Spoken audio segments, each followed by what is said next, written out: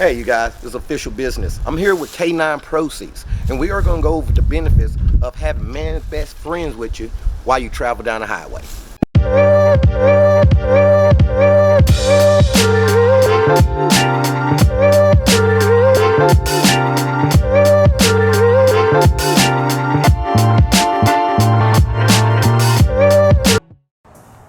Hey, you guys, y'all here with official business. Today we got a special guest on the show. Nick Lovin with K9 ProSeeds. What's good with you, baby? I appreciate you letting me have a little bit of time on your stuff. Thanks for showing. Oh, nah, not a problem, brother. I was quite intrigued on what you do and what K9 ProSeeds is all about. Well, what I do here at K9 ProSeeds, I have fun. I'm a grown man and get to play outside with the dogs and get dirty. Almost like how kids used to be. I'm just grown, I get to do it now. But what we do at K9 ProSeeds, we pretty much we do basic obedience training. Nothing too hectic unless we need to, but it's just basic and fun obedience, which sit, stay, come.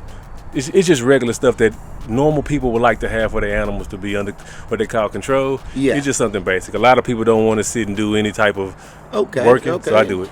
So, one of the things I've noticed that it has a lot of benefits for truckers out there, especially truckers that drive solo. Oh yes, especially what we kind of specialize in, the women truckers. It works very well for them because a lot of people who have dogs, they usually, especially when it's girls, they like to have small dogs. Yeah. And so let's say they like a Pomeranian or like a Shih Tzu or something like that. And over here, K9 ProSeeds, we call them the Warners. Dogs, what is a Warner? Them dogs that make all the noise.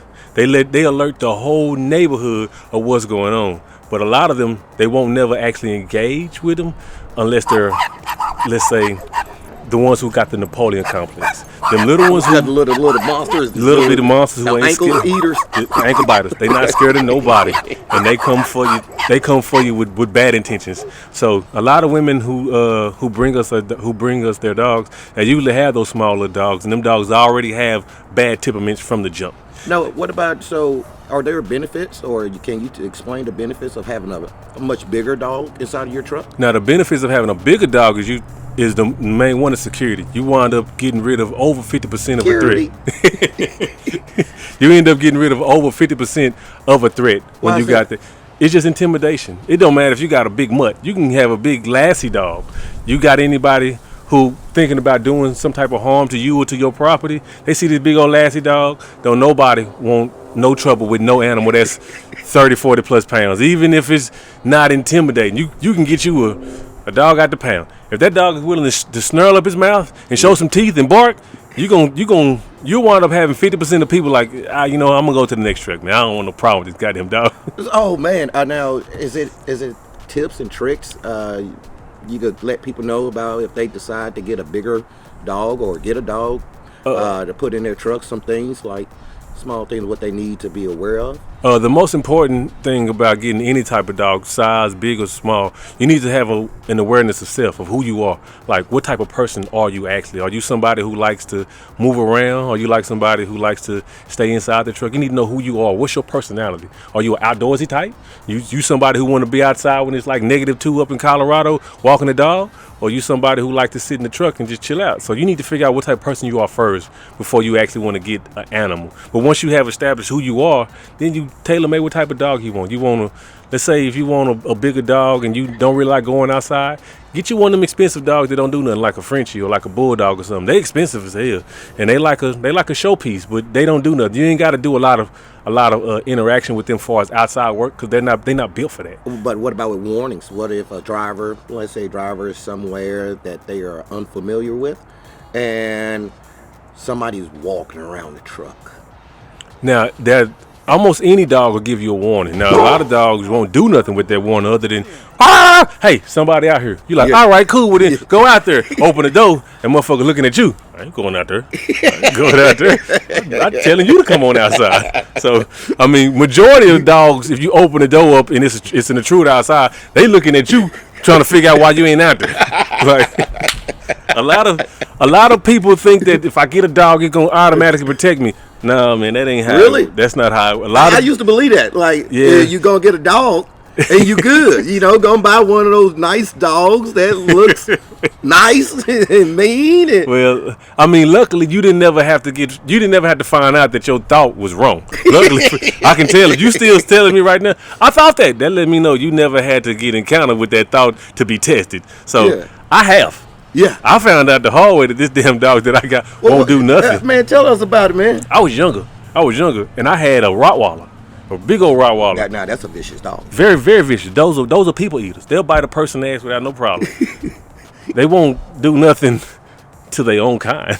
So in the neighborhood where I was living at, I had this big Rottweiler. My papa had him, and he let me go walk him or whatnot. And up the street, they had a German Shepherd. I think his name was Beanie.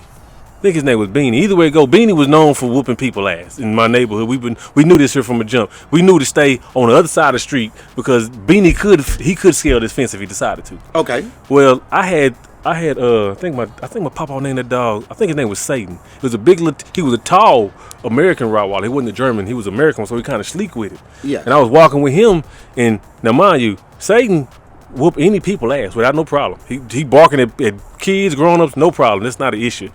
We got next to where I think it was Beanie. We got where his cage was at. I mean his fence, and we walking past, and he just running back and forth, just hollering or whatever, like he normally do, just all on it. We get halfway through the fence line.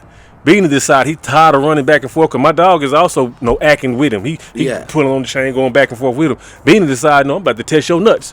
Beanie run back and forth, and then Beanie scared the fence. Oh. Right when Beanie scared the fence, usually this is not nothing new. Beanie has always scared this fence, and every time Beanie scared the fence, the whole neighborhood clear the fuck out. Yeah. I this time didn't need to clear the fuck out. Why not? I got Satan with me. You got your security. I got security next to me. I got this big ass Rottweiler. He about taller than this German Shepherd. I ain't got to worry about it. Okay.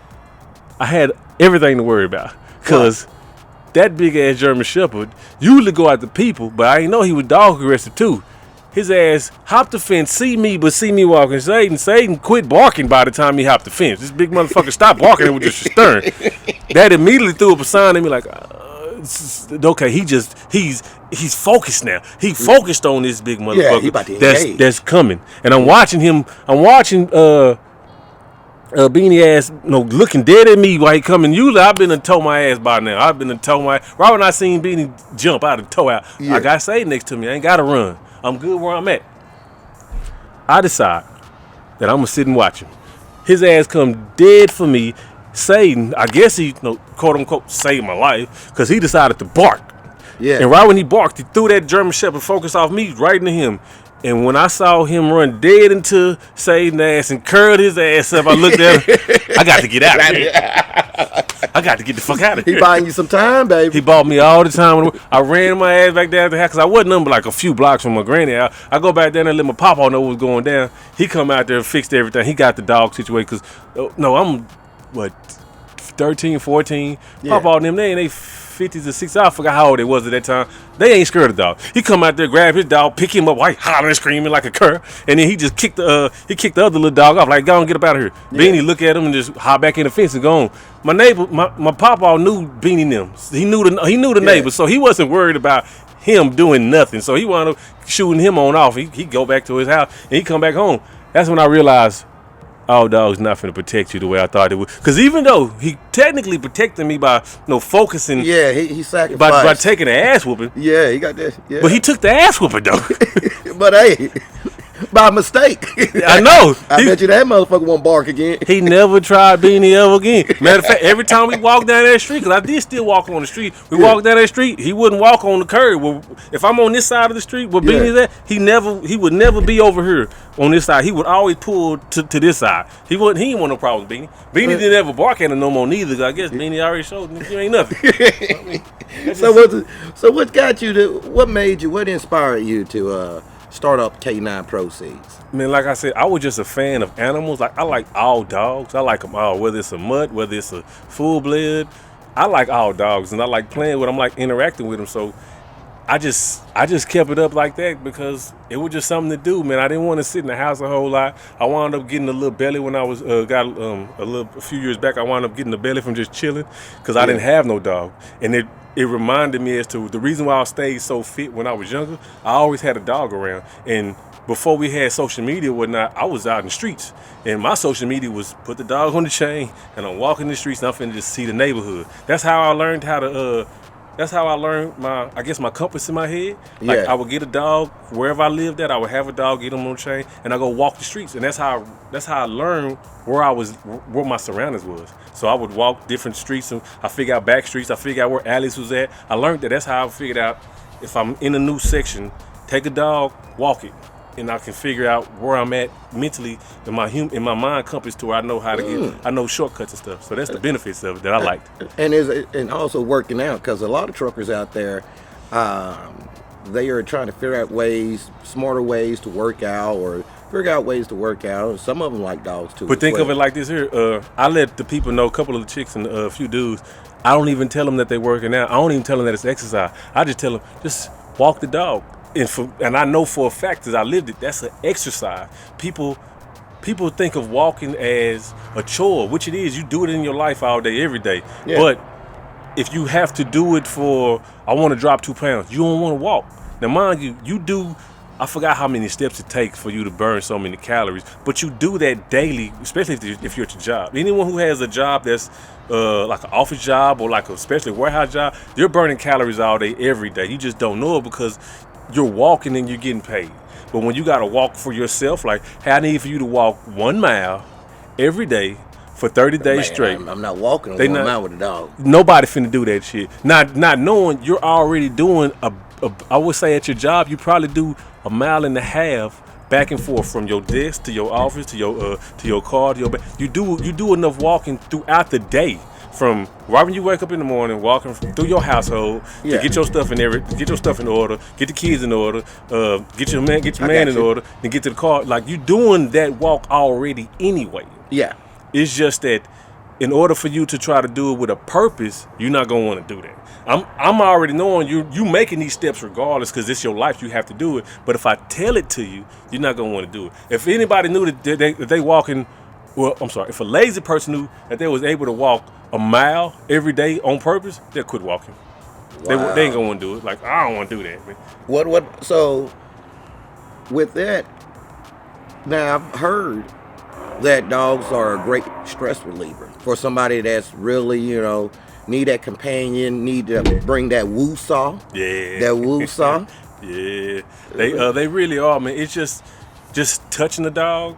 Just touching the dog, the pheromones they're giving off, what you giving off is just an excitement of it. Just doing that by itself, that creates a stress reliever for you. Because let's say if you had like a bad day, your job on your ass, your boss on your ass, your old lady, whatever it is, once you get to that dog that ain't seen you all day or probably saw you 20 minutes ago, you got all this pent up frustration in you, but you ain't showing it. That dog come to you and put their head in your lap, you just get to petting it and it's just happy. Everything that you going through it just flow through that dog, and it flow through the dog, all that frustration you can't tell, and that dog tail wagging, he just throwing it right up out of there. He throwing all that bad energy right up out into the world. So you just getting it all up out of you through him, like, oh hey, and he just happy up from doing this here, and the tail moving around. You transferring all that negative energy into you, into the top of that dog head, his spine, right through his tail, and he's shaking the shit out. That's just how it is. Man, I never thought of it that way. That's how it is. That's how they use them certain type of dogs for I think they not rescue dogs, them service dogs. They take them to like hospitals and stuff like that for cancer patients. People just happy to see an animal. Can't take cats. Cats don't give a shit. I like them, but cats don't want you fuck with them when they don't want to be bothered with. Yeah. But a dog, you take a dog no matter what kind it is, whether you got a Great Dane, a Pit Bull, a Pomeranian, it don't matter, man. You take a dog that's happy with people, and you bring them into somebody who having a hard time. Once they get next to that dog, they happy. And if they get to touch that dog and that dog is showing interest in them and what they doing, they happy. Even if the dog ain't showing no interest in them, the person is able to be happy with this dog because this dog is showing some type of sign of, hey, I'm here with you. I'm going through this. I see why they call it the dog the man best friend. Man best friend. It is your best friend. It is your best friend. All right, man. Well, thank you again, K9 ProSeeds. Hey, you guys, tell people where they can find you at, follow you. Well, this your boy Nick Levin. Like I said, you can find me at K9 ProSeeds on Instagram. It's K9 ProSeeds. ProSeeds, not Proceeds. It's K9 ProSeeds. That's because we bring puppies on up to adults. Proceeds is from the seeds, from in the ground to once it sprout up. K9 ProSeeds. All right, man. Thank you, man. Thank you, baby. All right then, brother.